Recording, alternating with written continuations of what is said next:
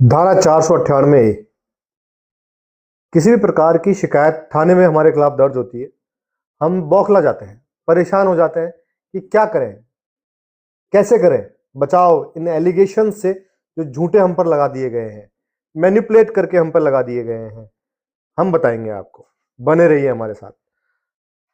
किसी भी काम के लिए, किसी भी कार्य के लिए एक प्रोसीजर है। उस प्रोसीजर को जानना हमारे लिए बहुत जरूरी है, क्योंकि बगैर जाने प्रोसीजर हम नहीं कर सकते किसी भी समस्या का समाधान। और उस समाधान के लिए जरूरी है उस प्रोसीजर को जानना। प्रोसीजर क्या है?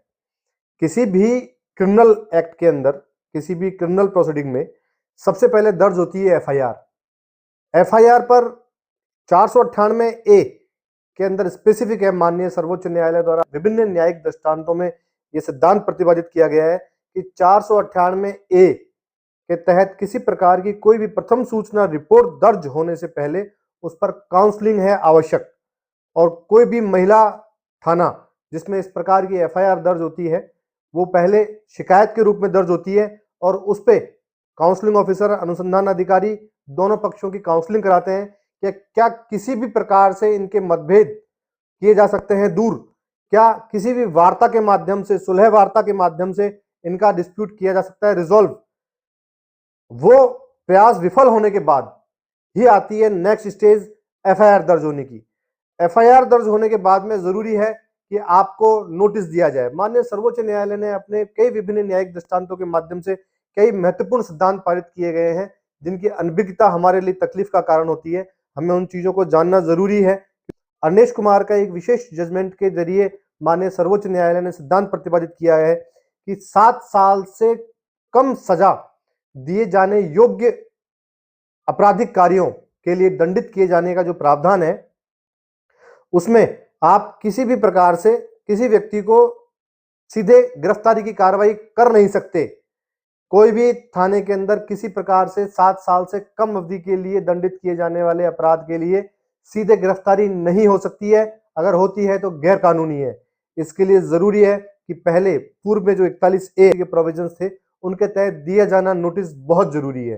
नोटिस देने के उपरांत आप स्पष्टीकरण मांगेंगे और स्पष्टीकरण न दिए जाने पर आपको लगता है कि अभियुक्त हो जाएगा मफरूर, तो उस कंडीशन में अनुमति लेने के पश्चात थानाधिकारी या जांच अधिकारी कर सकता है गिरफ्तार। अगर ऐसा नहीं लगता है तो बिल्कुल जरूरी नहीं है व्यक्ति को गिरफ्तार किया जाना।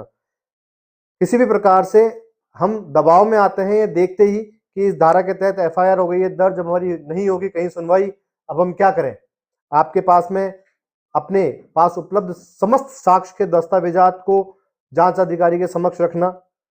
अगर जांच के अंदर पूर्णतया झूठे तथ्य अंकित किए गए हैं तो उनको खंडन करने के लिए किसी प्रकार की कोई साक्ष्य जो आपके पास में किसी भी प्रकार से उपलब्ध हो सकती है, दस्तावेजी रूप में हो सकती है, इलेक्ट्रॉनिक माध्यम से ऑडियो वीडियो के रूप में हो सकती है, वो आप कर सकते हैं जांच अधिकारी के समक्ष प्रस्तुत।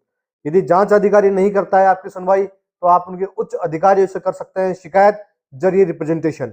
और इसी के साथ में आप जा सकते हैं धारा 498 के एफआईआर के खिलाफ, उस एफआईआर को खत्म करने के लिए उच्च न्यायालय के समक्ष, उच्च न्यायालय के समक्ष पूर्व में सीआरपीसी की धारा 482 के तहत याचिका पेश किए जाने का प्रावधान था।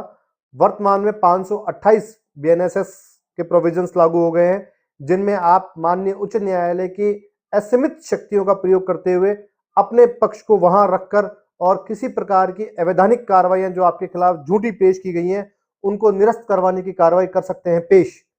हाल ही में माननीय सर्वोच्च न्यायालय में इसी दिशा में एक महत्वपूर्ण आदेश पारित करते हुए यह सिद्धांत प्रतिपादित किया गया है कि किसी प्रकार का कोई भी प्रथम दृष्टया मामला यदि किसी एफआईआर को पढ़ने के उपरांत या उनके द्वारा प्रस्तुत किए गए किसी भी साक्ष्य के द्वारा प्रमाणित नहीं होता है, तो उस कंडीशन में उस विचारण को रद्द किया जा सकता है, उस एफआईआर को किया जा सकता है निरस्त।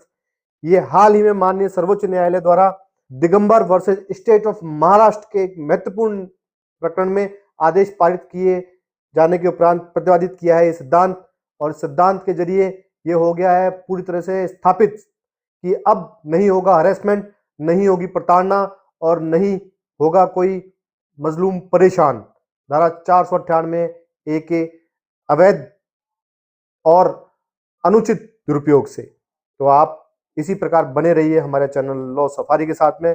आपको इसी कड़ी में निरंतर हम अपडेट बनाए रखेंगे और इसी प्रकार आते रहे, निरंतर परिवर्तित होते रहे आदेशों से आपको अवगत कराते रहेंगे। बने रहिए लॉ सफारी के साथ।